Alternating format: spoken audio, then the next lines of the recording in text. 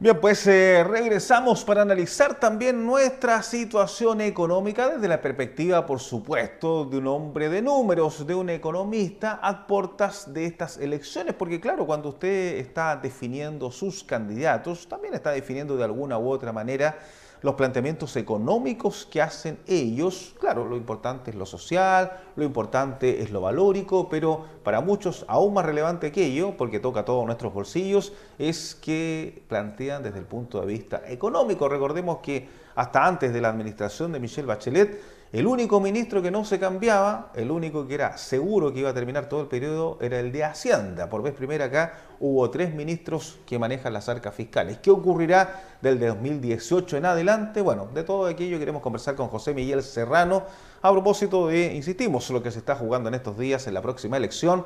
¿Qué debería cambiar a tu juicio? ¿Qué es lo que debería ser el máximo desafío para cualquiera de los candidatos que debería asumir en marzo del 2018 desde el punto de vista económico? Gracias por estar con nosotros, José Miguel. Buenas tardes, Juan Osvaldo. Gracias por la invitación. Habría que partir diciendo que el crecimiento económico es tremendamente importante para el progreso de las personas. Y el crecimiento económico en los últimos 4 años ha sido bien pobre. El gobierno va a terminar con un crecimiento de aproximadamente 1,8% en promedio. Y eso no es suficiente para llevar progreso a la gente, y se ha notado. Entonces, ¿qué es lo que necesitamos? Necesitamos más crecimiento, pero para tener más crecimiento necesitamos mejores condiciones para que las empresas se atrevan nuevamente a invertir y para que la gente, los consumidores y las personas tengan más confianza y vuelvan a consumir.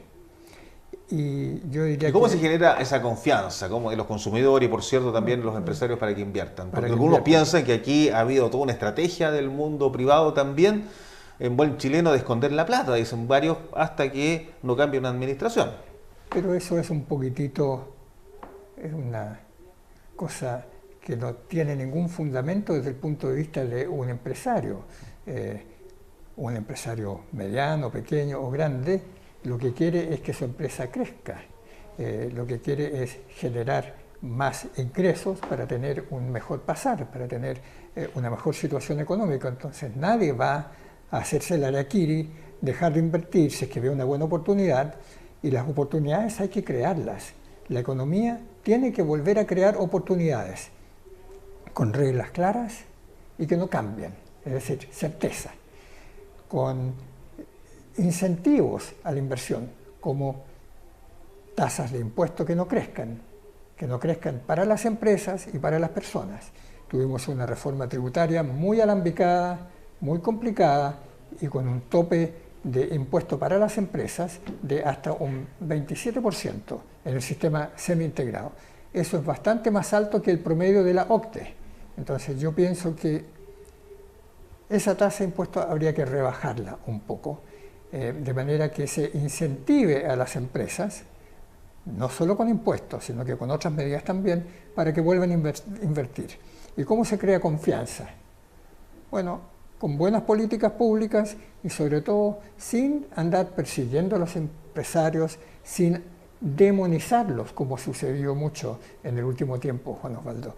La retroexcavadora todavía tiene una cierta resonancia, a pesar de que fue varios años atrás, porque implicaba una suerte de cambiar todo a la fuerza y también a menudo una cierta persecución ideológica y económica hacia los empresarios. Y de esa manera nadie va a querer invertir. Los empresarios se retrotraen, pero la plata no desaparece. Lo que no pusieron acá en Chile, lo invirtieron en Perú, en Argentina y en otras partes. Donde podrían darse condiciones más favorables hacia ellos, ¿no? Indudablemente, los peruanos sí han estado dando condiciones favorables a la inversión. La inversión tuvo 5 trimestres consecutivos con cifras negativas, es decir, caía. En el último trimestre volvió a subir por primera vez en mucho tiempo. ¿Y a quién se debe eso? ¿Cómo se explica eso? Se debe básicamente al buen precio del cobre y a una mejor perspectiva para la minería. sobre todo la minería del cobre. O sea, el cobre sigue siendo para nosotros nuestro gran pilar económico, pese a que hemos diversificado nuestras exportaciones. El sueldo de Chile principal sigue siendo el cobre. Sigue siendo el cobre. Cae el cobre y efectivamente... Y la inversión en el cobre está comenzando a repuntar, pero en el resto de la economía se mantiene estancada o en picada. Este año, a pesar de que el último trimestre fue mejor, este año la inversión va, sin embargo, a presentar una caída de 1,7%. Entonces tenemos que hacer que las empresas vuelvan a invertir, que las personas vuelvan a tener confianza, y para eso hay que entregarle herramientas para que tengan confianza.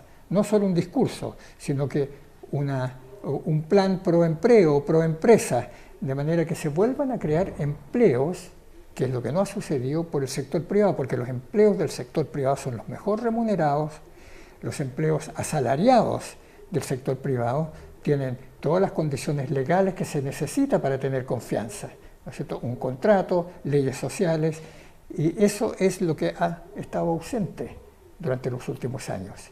Empleos asalariados con buenas condiciones de trabajo, y resulta que los salarios han estado estancados, han crecido en promedio durante todo este tiempo, los últimos 3 años y medio, un 0,2%.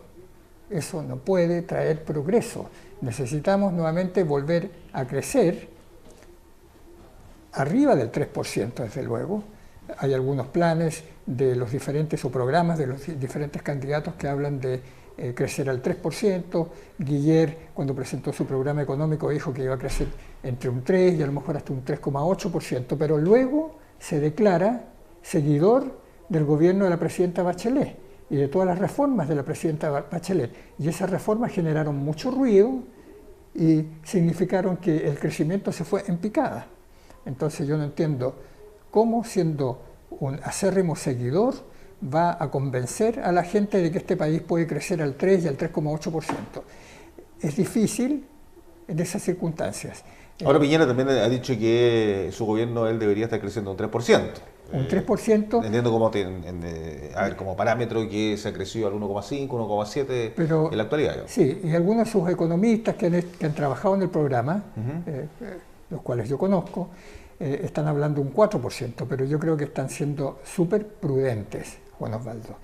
Pienso que Chile realmente puede y debe crecer más de un 3, más de un 4, y posiblemente llegar a los guarismos que mostró el anterior gobierno de Piñera, que en promedio creció al 5,3%, y es muy significativo lo siguiente: la economía creció al 5,3%, y el promedio de los aumentos de los salarios en promedio anual fue de 5,2%. Entonces, si la economía crece a un 5%, es muy probable que los salarios nuevamente vuelvan a crecer a ese 5%, que es lo que se necesita para que la gente vuelva a tener confianza y vuelva a progresar. José Miguel, y analizando justamente las candidaturas, ¿qué te parece el planteamiento económico de Marco Enríquez Ominami, por ejemplo, o de Beatriz Sánchez, que son dos de los candidatos que también marcan dentro de las encuestas porcentajes significativos? Yo creo que son muy populistas, se agarran de alguna de las buenas ideas de la candidatura de Piñera o de la candidatura de Guiller, y muchas de las cosas que prometen van sencillamente a ahuyentar a los inversionistas y a los empresarios. ¿Pero no hay nada que rescatar ahí desde tu perspectiva de esas candidaturas, económicamente hablando? Yo rescataría muy poco. He escuchado, por ejemplo, a Beatriz Sánchez decir que ella simplemente va a hincarle el diente a las AFP, está muy contraria al sistema AFP, también Marco Enríquez Ominami, pero resulta que, ¿cuál es el sistema?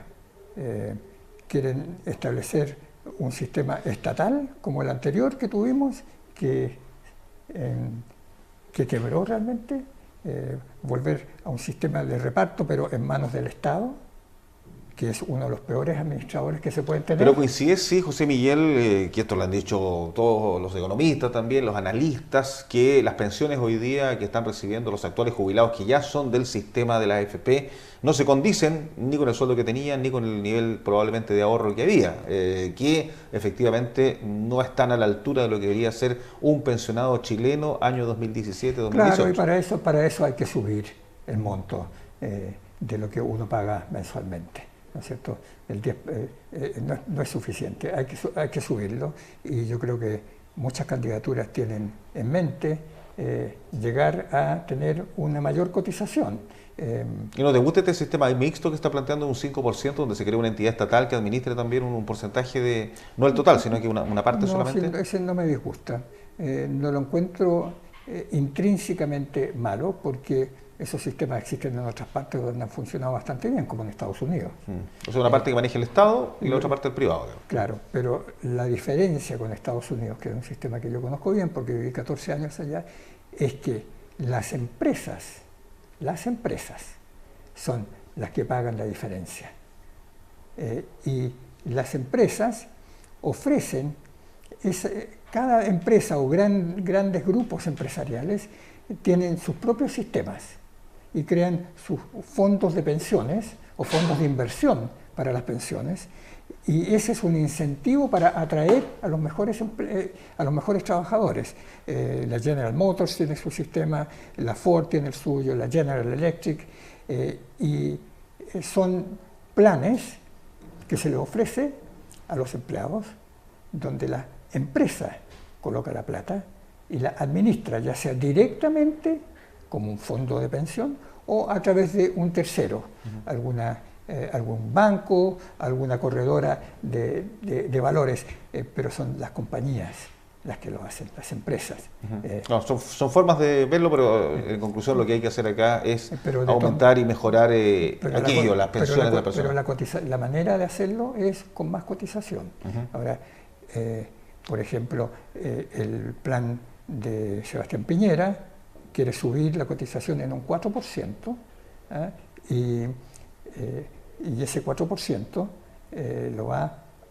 no lo va a pagar el Estado, lo va a pagar la empresa, lo va a pagar el individuo a través de la empresa. Y lo que sí intentaría hacer es que suba el pilar solidario, que es una necesidad muy grande.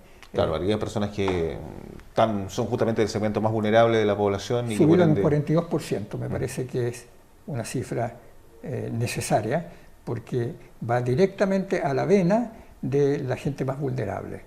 Pero de que creo que sí es muy necesario ajustar el sistema de pensiones, y la mejor manera de hacerlo, hay varias formas de administrarlo, pero la mejor manera de hacerlo es subiendo el monto de la cotización. Yo siempre he confiado mucho en los privados y en la administración de los privados, en la gestión de los privados, porque el Estado a menudo es una caja recolectora de dinero para hacer política y para pagar favores políticos. Y eso es muy malo para nuestro país, porque implica un montón de cosas negativas. Por ejemplo, cuando no hay suficiente recaudación de impuestos, como sucedió ahora por el bajo nivel de crecimiento, entonces se recurre al endeudamiento para seguir financiando al Estado. El endeudamiento en este caso externo, la deuda externa de nuestro país ha crecido, digamos. No solo la deuda externa, la deuda pública, para seguir financiando todos los compromisos que ha adquirido el Estado, no solo a través del presupuesto, sino que compromisos políticos también. Hoy en día uno ve, y en todo Chile se nota esto, que aceleradamente se andan picando calles, enrollando calles y luego tapando calles como una manera de generar más empleo. El empleo con asistencia fiscal o empleo con asistencia fiscal, así se denomina, ha crecido enormemente. En un trimestre creo que aumentó como 220.000 en 220.000 personas, y eso hay que financiarlo. ¿Y cómo lo hemos financiado? Con deuda pública. Y la deuda pública se ha duplicado, pasó de 33.000 millones a 70.000 millones. Es realmente algo que no se puede sostener. Si Chile siguiera duplicando su deuda externa, entraríamos en un serio problema. Otro problema que tenemos, por la falta de crecimiento y la falta de aumento de los salarios y los empleos asalariados, es justamente el alto nivel de endeudamiento de las personas. Asimismo, y en eso quería apuntar ya para ir cerrando, José Miguel, la Universidad de San Sebastián recientemente sacó parte de un estudio donde justamente se habla del nivel de endeudamiento de los chilenos, de los segmentos, y cómo ello ha crecido en el país, también en nuestra región. Es efectivo eso, y es preocupante porque el crecimiento del endeudamiento es grande, pero el crecimiento de la morosidad es aún mayor. En 4 años la morosidad ha crecido un 74%. Es decir, la gente que no puede cumplir a tiempo con el pago de sus deudas. Los deudores morosos, en un 74%.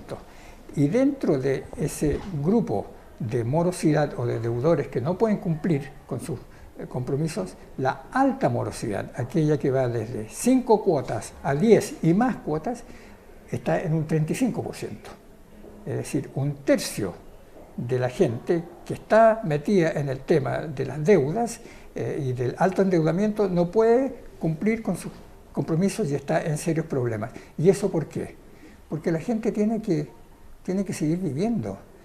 Si tienen empleos precarios o si tienen que autoemplearse, el empleo por cuenta propia, si los sueldos que tienen no crecen, de alguna manera tienen que seguir viviendo, endeudarse, y después, como no tienen una buena situación económica, porque la situación económica del país tampoco ha sido buena, entran en morosidad, y eso es muy preocupante.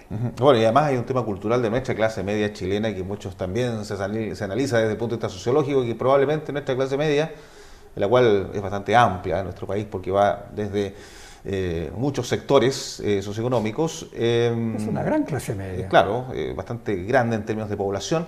Efectivamente, culturalmente hoy día es una clase media que ha crecido también en base al endeudamiento, en base al dinero plástico, en base a la tarjeta del retail, en base a la tarjeta del supermercado, en base a la tarjeta del banco. Y claro, hay hoy día una permanente... Es que si esa gente no tuviera acceso al crédito, no tendría acceso a muchas cosas que le dan un gran bienestar a claro, pero eso es lo que digo yo, que sociológicamente la clase media chilena ha crecido en esta última década gracias al endeudamiento, gracias al dinero plástico. ¿No? Pero el problema es que no se le puede culpar a la clase media de querer tener un mejor pasar, una mejor situación, una mayor prosperidad. El problema está en que la economía no ha acompañado a la clase media. La economía no ha crecido lo suficiente y, por lo tanto, si la economía no crece, no crecen los empleos, la gente se tiene que salir del mercado laboral formal, entra en una situación informal, mucho empleo calle, y esas personas no tienen la culpa de que la economía no haya crecido, y su economía particular tampoco crece. Se endeudaron confiando en que la economía sí iba a crecer, creyeron en muchas promesas que no se cumplieron y ahora no pueden pagar las deudas. Bien, pues José Miguel, ya estamos en el tiempo. Gracias por haber estado con nosotros analizando desde tu perspectiva, claro está, la situación económica de nuestro país a puertas de una elección presidencial, porque sin duda los planteamientos económicos, los discursos, cuáles son los proyectos de cada una de las candidaturas, es también una información vital para quienes aún no están decididos por quién votar, porque claro, todos quieren que el país crezca, que la economía esté mejor en el 2018 y habrá que ver entonces cuáles de esos planteamientos son justamente los que llegan a una futura administración en el 2018 a partir de marzo. Junto a José Miguel Serrano, gracias, hasta una próxima oportunidad. Muchas gracias, Juan Osvaldo. Economista, columnista, usted lo bien sabe, de no solo el diario El Yanquihue, el diario La Tercera y de varios otros diarios del país con sus, obviamente, opiniones y planteamientos. Junto a él estamos despidiendo la presente edición de El Pulso de la Noticia. Usted lo sabe, el pulso de la región, aquí en Vértice TV, la televisión regional. Hasta pronto.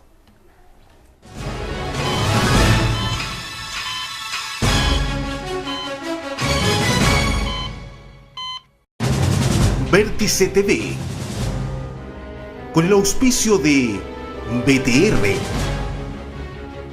Universidad Austral de Chile, sede Puerto Montt, presentaron El Pulso de la Noticia.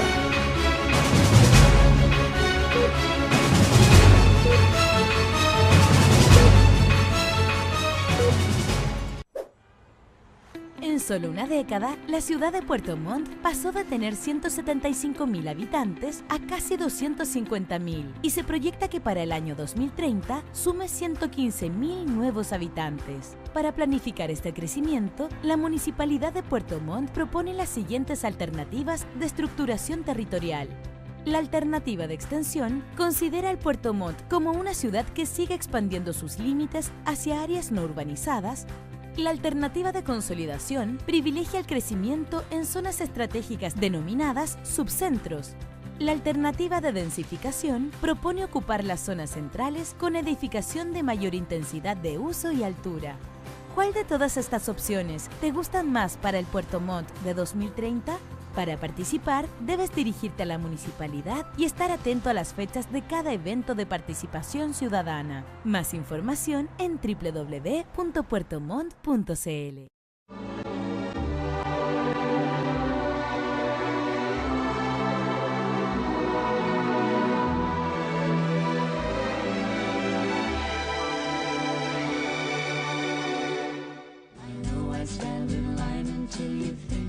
¿Cómo no lo vas a querer? Lo manejas los 365 días del año. Te protege del viento y la lluvia. Deja en su destino a quienes más amas. Y te espera todos los días para llevarte a tu hogar. Déjalo en un lugar donde lo cuiden como merece. SBT, Estacionamientos Subterráneos. Hay personas únicas, como tú, que tienes un negocio y debes cumplir varios roles. Eres de los que están en todas, porque tienes múltiples propósitos. Que resulten todos tus planes, que tus proyectos se cumplan, que la vida te sonríe y tus clientes también. Pero si te quedas sin internet o sin teléfono, puedes perder mucho más que tiempo. Contratando BTR Negocios, cuentas con todo lo que necesitas. Además, un call center exclusivo y un servicio técnico express que ahora llega a tu negocio dentro de 8 horas hábiles. Contrátalo en btr.com. BTR Negocios. Vívelo hoy.